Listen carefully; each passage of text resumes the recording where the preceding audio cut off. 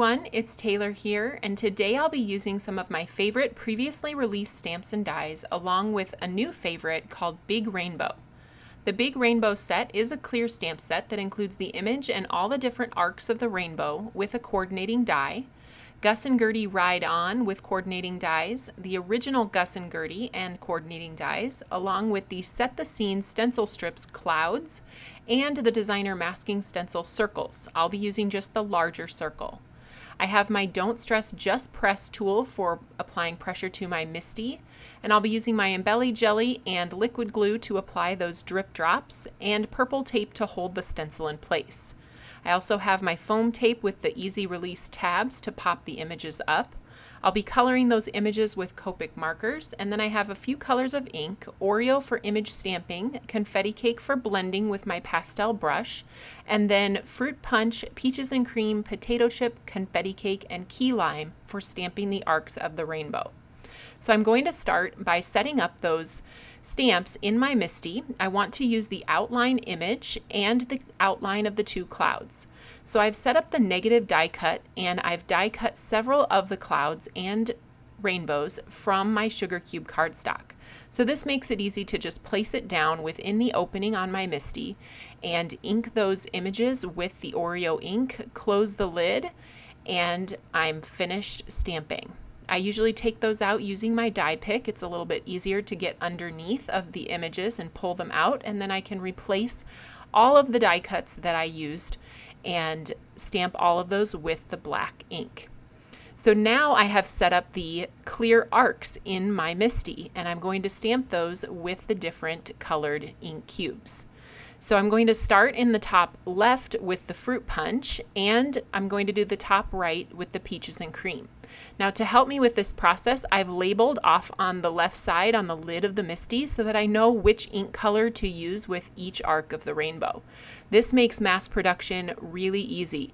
And when you're doing something like this rainbow where you have many different colors and many different processes as you go, you could use an acrylic block to stamp these, but I find it easier to set up the MISTI once and then stamp a whole bunch of rainbows. Even if you're not going to use them all at the same time, at least you have them and you can kind of store them with your stamp set to use afterwards. Now I am also going to use some of those die cut pieces that I did not stamp with the black outline.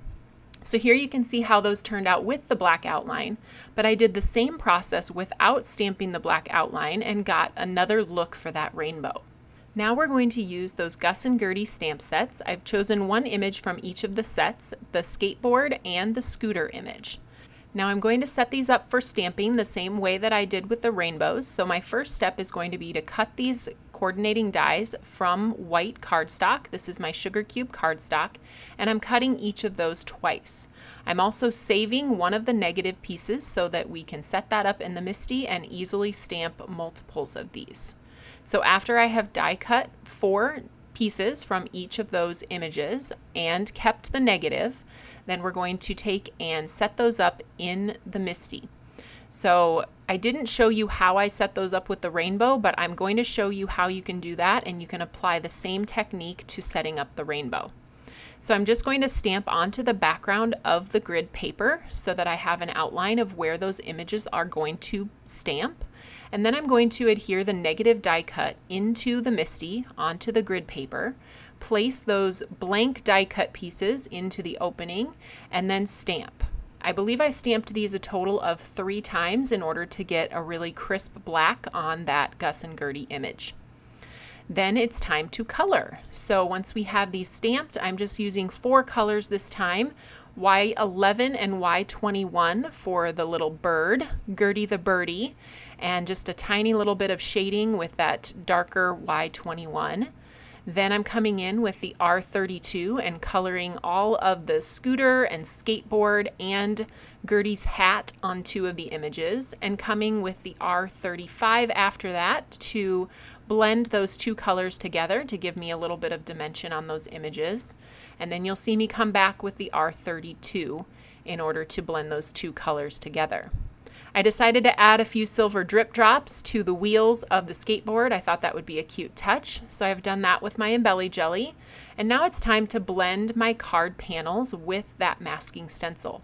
So I'm going to adhere with purple tape to the back of my stencil, and I'm aligning that with the alignment guides that are etched onto the stencil so I can make sure that that circle is perfectly placed. I've placed one of the cloud stencil strips over the circle opening, and I'm using confetti cake ink and my pastel blue blender brush to blend over the opening, slightly shifting and pulling the stencil down with each layer to create that cloudy look in the background. I'm going to repeat that process for all 3 of the remaining panels so that I have 4 total panels to use with the images that we colored. And now it's time to assemble the project. So when I'm not sure exactly where my sentiment is going to fit, I will lay out the card as I envisioned it in my head, and then I'll place it down into my MISTI and play around with the sentiment placement. I decided on the sentiment wishing you a speedy recovery for the 2 panels that are going to have the scooter image on them, and I have stamped that with the Oreo ink in the bottom corner, and then I'll use a second panel since I have 2 of those images. And then I'll lay out my other option that is never bored when we're together, and those will go with the Gus and Gertie image on the skateboard. So once I have finished both of those panels with the sentiment stamping, I can take them out of the MISTI and start assembling the card pieces, adhering them onto the project.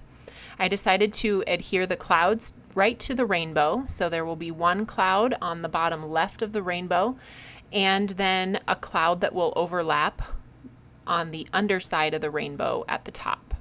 So once I have that in place, I can slip the cloud under since it needs to be adhered first, and then I can adhere the rainbow over the top, and then I will pop up Gus and Gertie on the skateboard over that.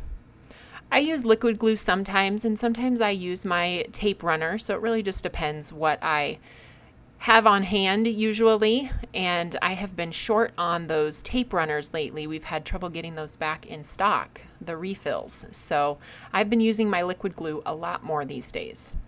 Now we'll put together the second one, and I'm using the same process, but you can really see here the difference in those rainbows, and I love the look of the non-outlined rainbow, so I think that's another fun way to use the images. Once you have them set up in your MISTI, you can choose whether you want to have that outline showing or not.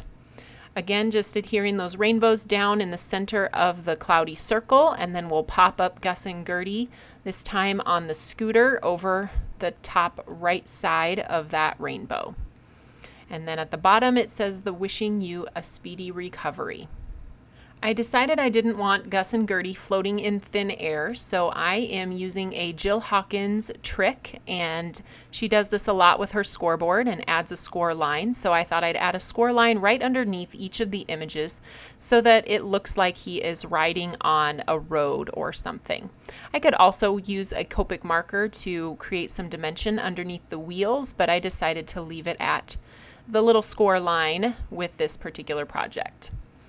I decided on fruit punch for the card bases so that it matches the top arc of the rainbow that I stamped, and I'm just scoring those in half at 5.5 and folding them with my bone folder. And then the last step will be to take those completed card panels and adhere them to the card bases.